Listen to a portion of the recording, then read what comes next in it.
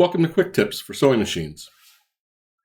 Sewing machines are kind of complex, and they're also expensive, especially when you're talking about leather sewing machines.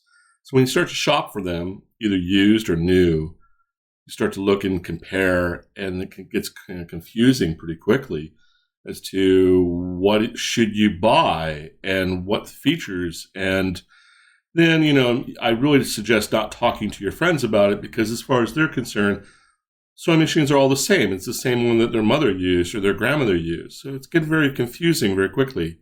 Plus, on top of that, there's the jargon, all the language that you will find being used when to describe sewing machines, industrial sewing machines for leather. We're just going to talk about Unison Feed, one piece of jargon right here. Here's a side panel of a sewing machine at the feed dog level. The feed dogs at the bottom, the walking feet at the top, plus the needle, all work in unison to bring the material through. That's what that means. Here you can see in slow motion this action.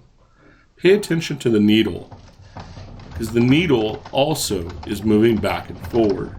Many machines don't do this. Only a Unison Feed machine will do this. The needle is pulling the material along with the feed dogs and the walking feet through the sewing machine, controlling the rate the material goes through.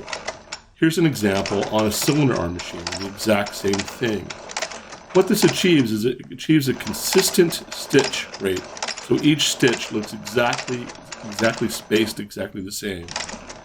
And that's how that's achieved, by those three motions pulling the material through. It's a simple concept, but unless you work in sewing machines, you wouldn't know about this jargon. As far as a Unison Feed and triple compound feed, they're the same thing. They're exactly the same thing. They're just interchangeable language. Thanks for watching. Be sure to subscribe and like this video if you've enjoyed it. Have a great day.